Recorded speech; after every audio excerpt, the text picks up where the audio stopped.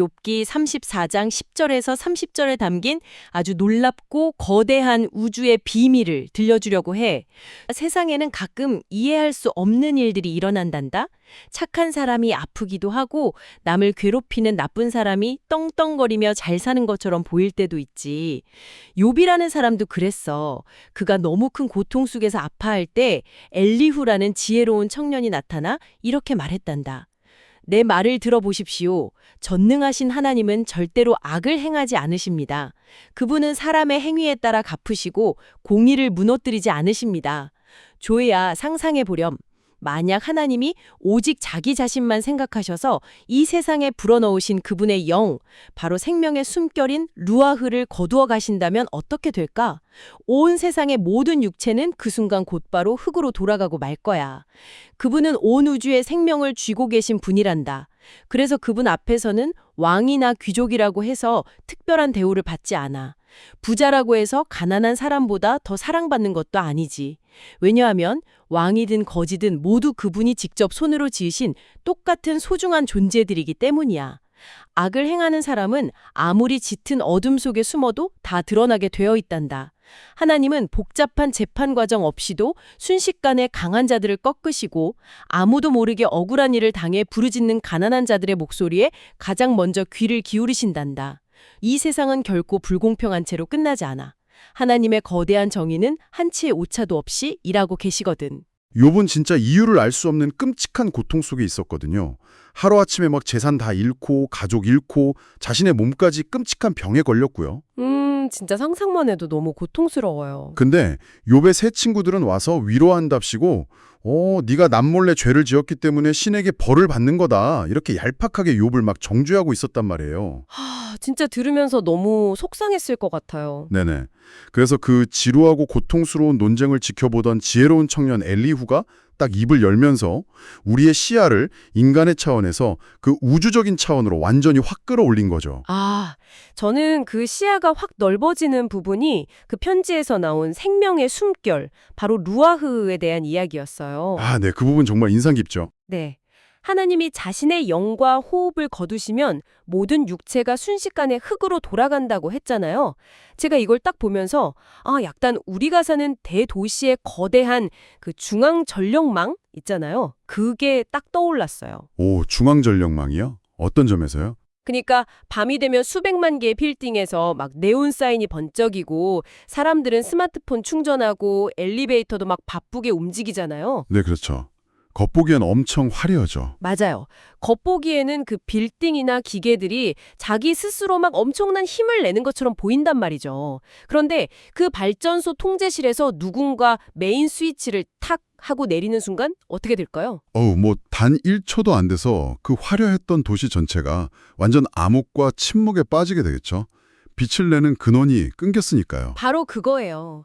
그 엘리후가 말하는 루아흐가 저는 딱 그 우주의 메인 스위치라는 생각이 들더라고요. 와, 진짜 생생하고 탁월한 비유네요. 네. 우리는 매일 아침 눈 뜨고 숨을 쉬니까 이 생명이 온전히 그냥 내 소유물이라고 착각하기 쉽잖아요. 맞아요. 내가 막 건강관리 잘해서 내 힘으로 살아있다고 믿는 거죠. 네네. 근데 히브리어 원어인 그 루아흐의 의미는 그게 아니라는 거잖아요. 우리의 생명은 단 한 번도 우리 소유였던 적이 없고 매 순간 창조주로부터 그냥 계속 대여받고 있는 거라는 뜻이죠. 1초 단위로 숨을 쉬는 이 찰나조차도요. 와, 대여받고 있다. 인간의 생명을 철저히 의존적인 것으로 보는 아주 탁월한 설명입니다. 그 대여받은 숨결이라는 개념이 엘리후가 주장하는 절대적 공의의 뼈대가 되거든요. 공의의 뼈대요. 네, 한번 논리적으로 연결해 볼게요. 인간 권력자들은 왜 타락하고 부패할까요? 뭔가 부족하니까 더 가지려고 욕심을 내는 거 아닐까요? 정확해요. 무언가 결핍되어 있기 때문이에요. 자기 자리를 뺏길까 봐 두렵고 막 더 많은 부를 가져야 안심이 되니까 결국 편법을 쓰고 남을 짓밟는 반칙을 하는 거죠. 그러니까 자기가 부족한 게 있고 지켜야 할 게 있는 사람만이 남의 것을 탐내고 불의를 저지른다는 거네요. 바로 그렇습니다. 하지만 창조주는 다르잖아요. 온 우주의 전력망을 쉬고 계신 분, 매 순간 생명의 숨결을 불어넣어 주시는 분이 도대체 뭐가 아쉬워서 불의를 행하시겠어요? 진짜 그렇겠네요. 눈치 볼 사람도 없고 뇌물 받을 이유도 전혀 없고요. 네네. 그분의 다스림은 인간의 정치적인 이해관계나 결핍에서 나오는 게 아니라 생명 그 자체를 주관하시는 존재론적 권위에 기반하고 있거든요. 그러니까 근본적으로 완벽하게 정의로울 수밖에 없는 거죠. 우와, 진짜 멋진 말씀이네요. 근데요, 여기서 잠깐 멈춰서 생각해 볼게요. 우리 부모님들이나 어린이들이 들으시면서 약간 이런 의문이 들 수 있을 것 같아요. 어떤 의문이죠? 신이 완벽하게 정의롭고 모든 생명이 신 앞에서 평등하다. 이거 머리로는 너무 아름답잖아요. 네, 참 이상적이죠. 그런데 우리가 매일매일 나가는 현실은 완전히 다르단 말이에요. 학교든 직장이든 진짜 철저한 계급사회잖아요. 맞아요. 부인할 수 없죠. 막 돈 많고 힘 있는 사람은 비싼 변호사 써서 법망을 막 미꾸라지처럼 빠져나가고 더 잘 살고요. 반대로 성실하고 착한 사람들은 억울한 일 당해도 호소할 곳조차 없어요. 아까 편지에서는 왕이나 귀족을 우대하지 않는다고 했는데 당장 밖으로 나가면 VIP 대접이 따로 있잖아요. 네네. 이거 텍스트는 이 모순을 대체 어떻게 설명하고 했나요? 그 현실의 모순 앞에서 우리가 분노하고 답답해하는 건 너무나 당연해요. 우리는 시간과 공간의 제약 속에 갇혀 있는 존재니까요. 아, 우리가 보는 게 다가 아니라는 말씀이신가요? 네, 우리가 눈으로 보는 건 진짜 우주적 관점에서 보면 긴 영화 중에 겨우 1, 2초짜리 짧은 장면에 불과하거든요. 엘리오는 우리한테 시야의 확장을 요구하는 거예요. 당장 오늘 하루나 1년이라는 좁은 시간표 너머를 보라는 거죠. 아, 인간의 눈에는 불의한 자들이 막 영원히 승리하는 것처럼 보이지만요? 맞아요. 하지만 텍스트는 창조주가 막 복잡한 서류 검토나 재판 과정이 필요 없다고 말하잖아요. 그분은 모든 숨은 악행을 다 지켜보고 계시니까요. 아, 그러니까 우리가 생각하는 정의는 막 전자레인지에 돌리면 1분 만에 땡 하고 완성되는 인스턴트 같은 건데 네네. 하나님의 공의는 막 거대한 참나무 숲이 자라나듯이 아주 깊고 거대한 호흡으로 작동한다는 거군요. 바로 그거예요. 우리는 막 당장 내 눈앞에서 악당한테 벼락이 떨어지길 기대하지만 신의 궁극적인 공의 시스템은 우리가 측량할 수 없는 거대한 시간표 안에서 단 한 치의 오류도 없이 작동하고 있습니다. 때가 되면 부패한 권력자를 순식간에 물리치시고 억울한 백성들을 구원하시는 우주적 질서가 존재한다는 굳건한 믿음인 거죠.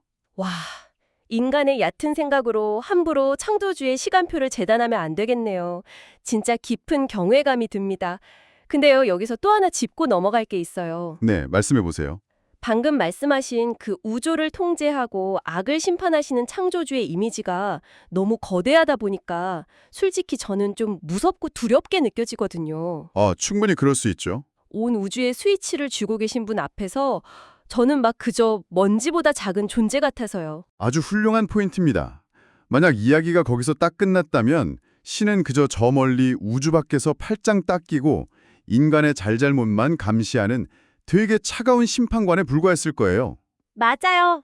막 무섭게 벌만 주시는 분이요. 하지만 조엘 할아버지가 들려주는 성경 이야기의 진짜 진면목은 바로 구약의 욥기에서 신약의 예수님으로 이어지는 엄청난 시대적 도약에 있습니다. 아, 예수님이요?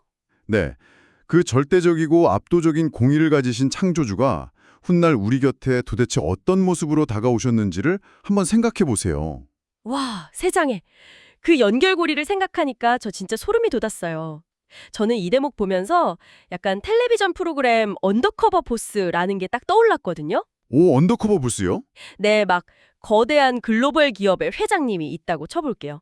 보통 이런 분들은 펜트하우스 사무실에 앉아서 엄격하게 규칙만 내리잖아요.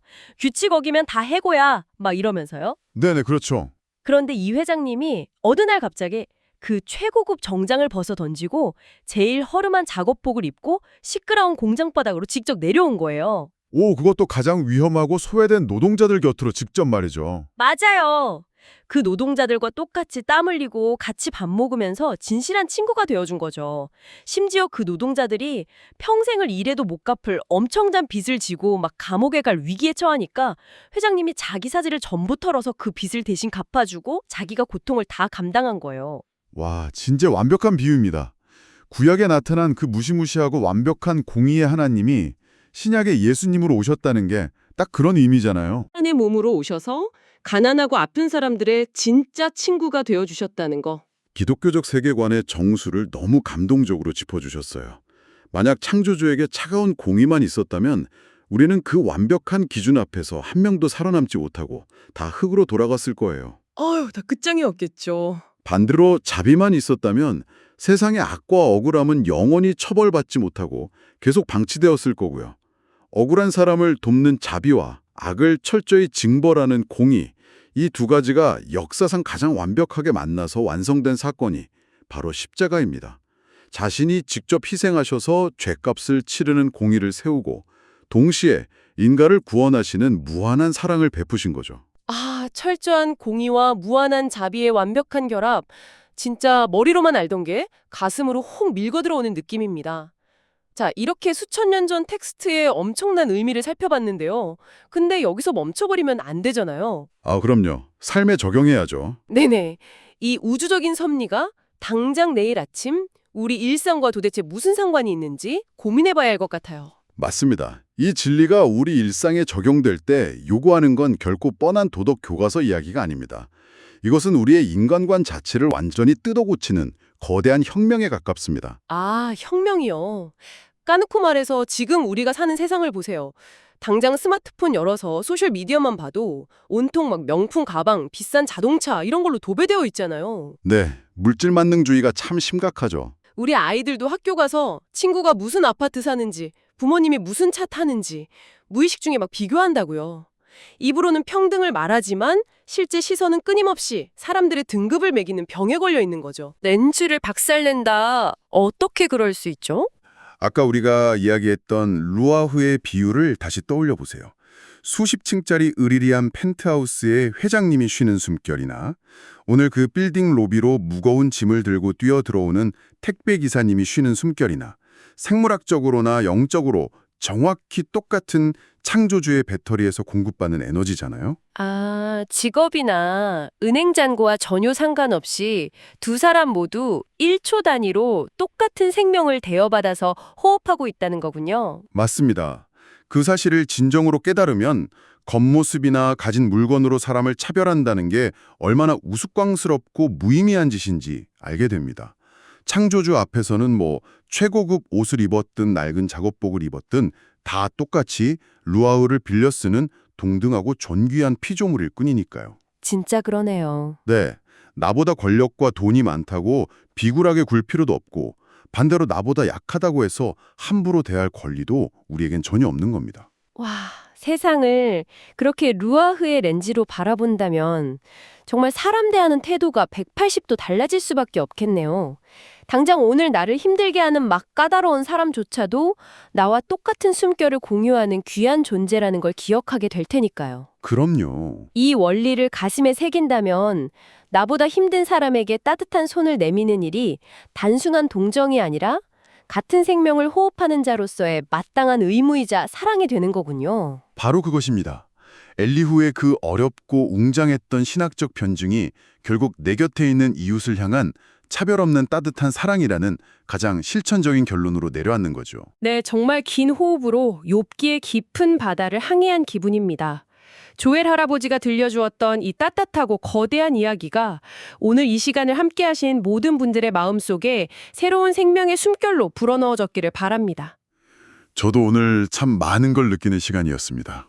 자, 이제 이 깊은 탐구를 마무리하며 이 방송을 함께 듣고 계신 우리 부모님들과 어린이 여러분에게 깊은 질문을 던지고 싶습니다.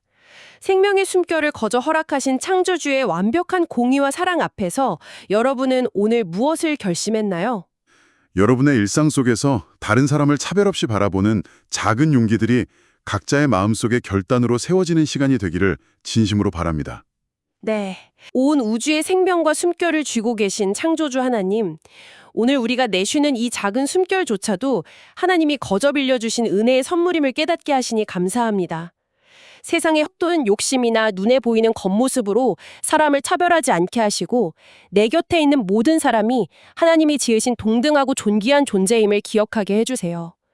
억울하고 가난한 자의 부르짖음에 귀 기울이시는 하나님의 마음을 닮아 우리도 나보다 약하고 힘든 이웃에게 먼저 따뜻한 손을 내밀 수 있는 용기를 주옵소서. 언제나 공의롭고 자비로우신 예수님의 이름으로 기도드립니다. 아멘.